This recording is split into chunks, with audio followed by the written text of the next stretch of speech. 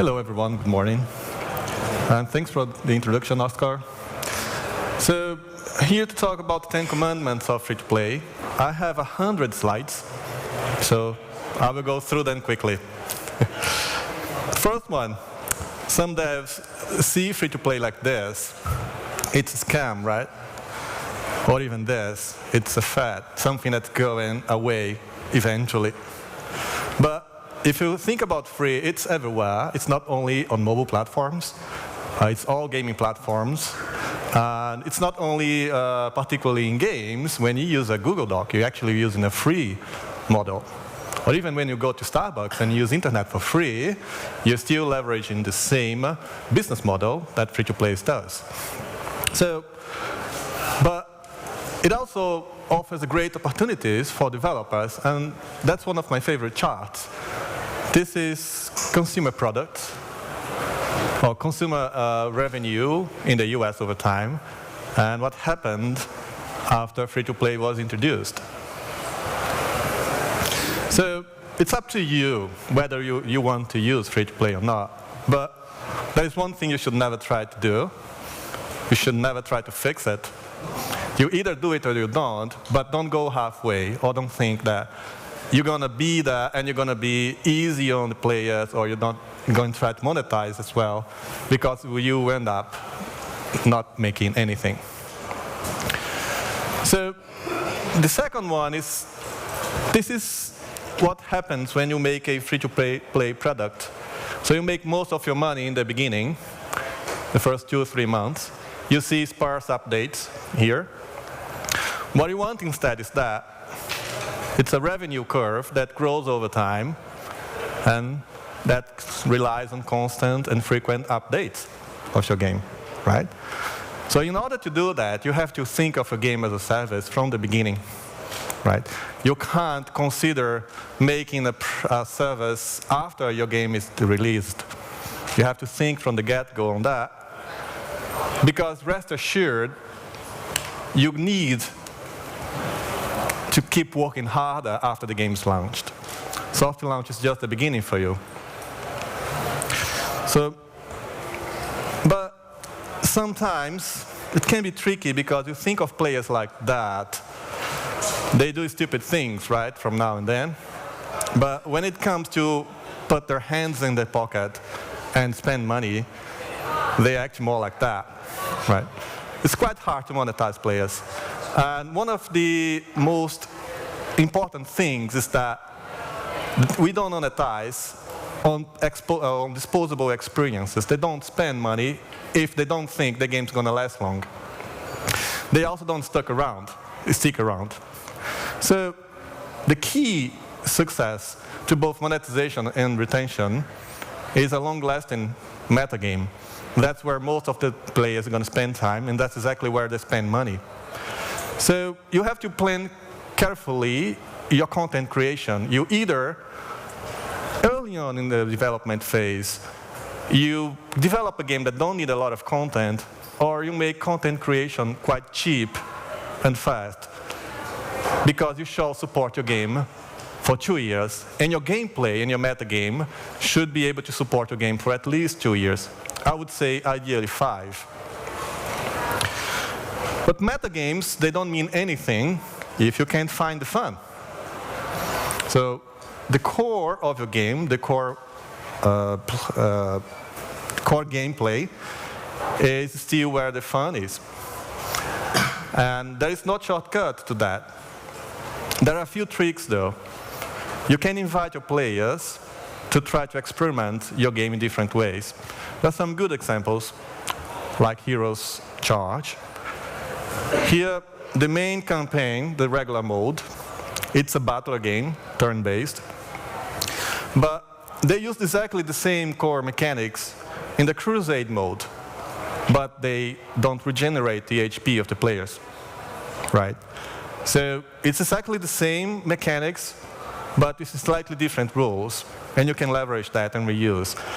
They do the same with the time rifts, which means every day they change the rules a little bit there.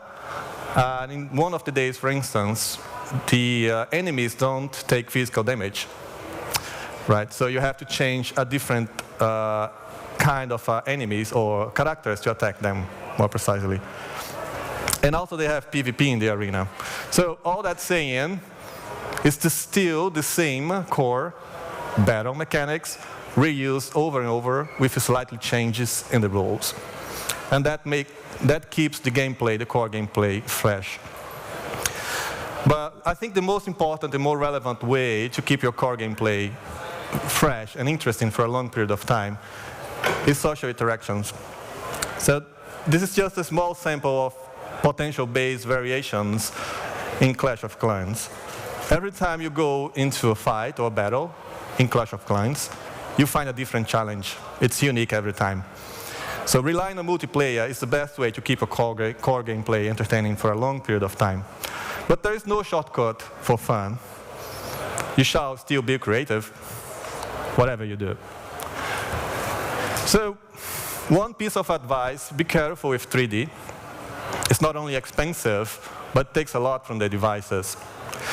So you should always start measuring your game's performance, particularly technical performance, early on. What I mean is that in pre-production, you have to take in consideration loading times, for instance. So we have a good example of one of our games.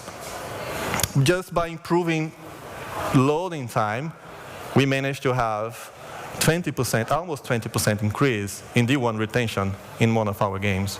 And that's huge. And we tend to forget that. We focus so much in KPIs and retention that we forget how important this can be. This is another example in one of our games as well. We got roughly 5% increase in retention here. So things to keep in consideration during pre-production: FPS, memory consumption, bandwidth, disk size, it all matters. We tend to forget those. And you shall never forget the basics. Those are famous last words of a junior free-to-play designer. If I get $100 out of a player, I'm happy, right? We used to sell games for $1. So if I get 100, it's good. Then you kind of creates the sword of doom and awesomeness. And that kills anything in the game, one hit kill, right? But in fact, you're capping how much money one player can spend in a game, right? How do you know he was not going to spend 100,000 or maybe 10,000? What's worse, you limit the lifespan of that, which is your best player, by the way, in your game. So he was going to finish the game quite faster than he would otherwise. So whatever you do, never sell an OP item in your game. That's a bad idea that you can do. The worst idea, actually. So some people have a lot of money. That's number 7. And that's okay if they spent a lot of money in your game. There are rumors of this guy in Dubai who spent $1 million in Game of War, right? That's fine. Your job is to enable that.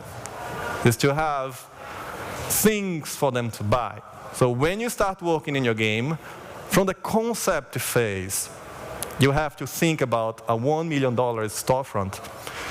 So if the player wants to spend $1 million in your game, it's your job to have enough things for them to buy it. Never be afraid of making money. So social features, if you want them, or if you want to do A/B testing, or you're going to have frequent updates, be it content update, or balancing updates, or maybe even a feature updates, you shall build a backend. 2016, you can't get away with a free-to-play game without a backend system. I know Apple's submission time is now 2 days, roughly. It's much better. But still, you want to be keeping update your game much more often than that. Right. Number 9, events. So I went to GDC this year, and everybody was talking about events. It was like a common subject. About the Asian games are doing this for quite a long time now, right? It's been like, I think 4 or 5 years they're focusing on that. So I think they're quite smart, and it's important because events, they bring a lot to your game, right? They offer a different way for the players to experience your gameplay. So remember, when you talk about core gameplay variants, events are the best way to do it. Because they also offer the opportunity for players to interact with others. And they give you short-term goals, which are super, and mid-term goals as well, super important for the players. Another very positive side effect, it tells the players that the developers are still fully behind the game. And that gives them even more incentive to feel engaged and keep playing with the game, right? One advice, though, is don't overdo with monetization events. You always want to try to rotate one monetization event with one retention event. Otherwise, you're going to be squeezing so much money out of your players that they will figure it out. And they will understand the game's going to be pay to win. And will quit. So, pro tip, one monetization event, one retention event, interchange those. But always keep in mind, you shall rely on game events. When I say game events, I'm talking about tournaments, short-term competitions, things that are apart and side to the game. But you can even make them part of your core gameplay if you want to. And the last one is soft launch. A lot of people jump quickly into soft launch. And I get it, right? It's super valuable to have real data from players early on. So the faster you go into that, the more you can start tweaking your game, right? But the thing is, your priorities change when you go into soft launch. And it changes quickly. You have a lot of new stakeholders to manage. Everybody in the company is going to start paying attention to your game and follow your KPIs and expecting a lot from you. Not only that, but you're going to start receiving reviews in the App Store. Reviews that won't go away, right? And you have to live with that. And that also means that Apple and Google is going to have a fresh look into not only your game, but also the reviews that your players are giving to your game. So you have to take care of your game's reputation. And in order to do that, you have to be super careful with the live events. Oh, sorry, I just realized I have a lot of time left, so I rushed. You have to keep your game up and running. That means if you have a live issue, for instance, you have to stop everything that you're doing and fix it, right? And if you combine all those, it translates into slow feature development. The plan that you had to, I'm going to soft launch and then I'm going to finish the game in the next 3 months, it's going to be translated into 6 or 9 months until you can actually finish everything. That's just a fact of life. So keep in mind that during soft launch, you can only improve retention of your game if you fix something that's broken, right? So retention is part of the DNA. It's the X-ray of your game. If you have a broken tutorial or bad balancing, or if you don't have a late retention feature in your game, then yeah, you can improve retention. But after that, you're only going to have marginal improvements, right? So it's going to be very hard. And if you look at D30 retention, it's even harder because you need a month to have valuable data, right? So you better start off having those features in already. And the last piece of this is, everybody knows this equation. LTV needs to be higher than CPI. That's the curse of our industry nowadays, right? But the real curse is that it needs to be at scale. It's actually easy to get a handful of players in your game at low CPI numbers. But try to get 1 million, and then you're going to see that the quality of the players is going down dramatically, and the cost of acquiring them is going up dramatically as well. So you want to figure out this equation during soft launch, but you don't want to start over every time you change the rules. When you introduce a new game-changing feature, let's say a late game retention feature, that's going to take, again, all the effort to realize how to get players to the game. and you don't want to do that. So you'll be far better off spending time during soft launch, optimizing your game balancing, now that you have real data from players. Your targeted offers, there's a lot of A/B testing you can do in that regard. Your tutorial, so acquisition funnels, that's brilliant time to do that.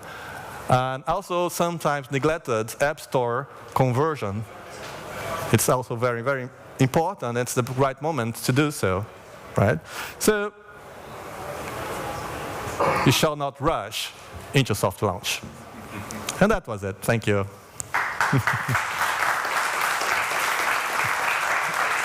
Well,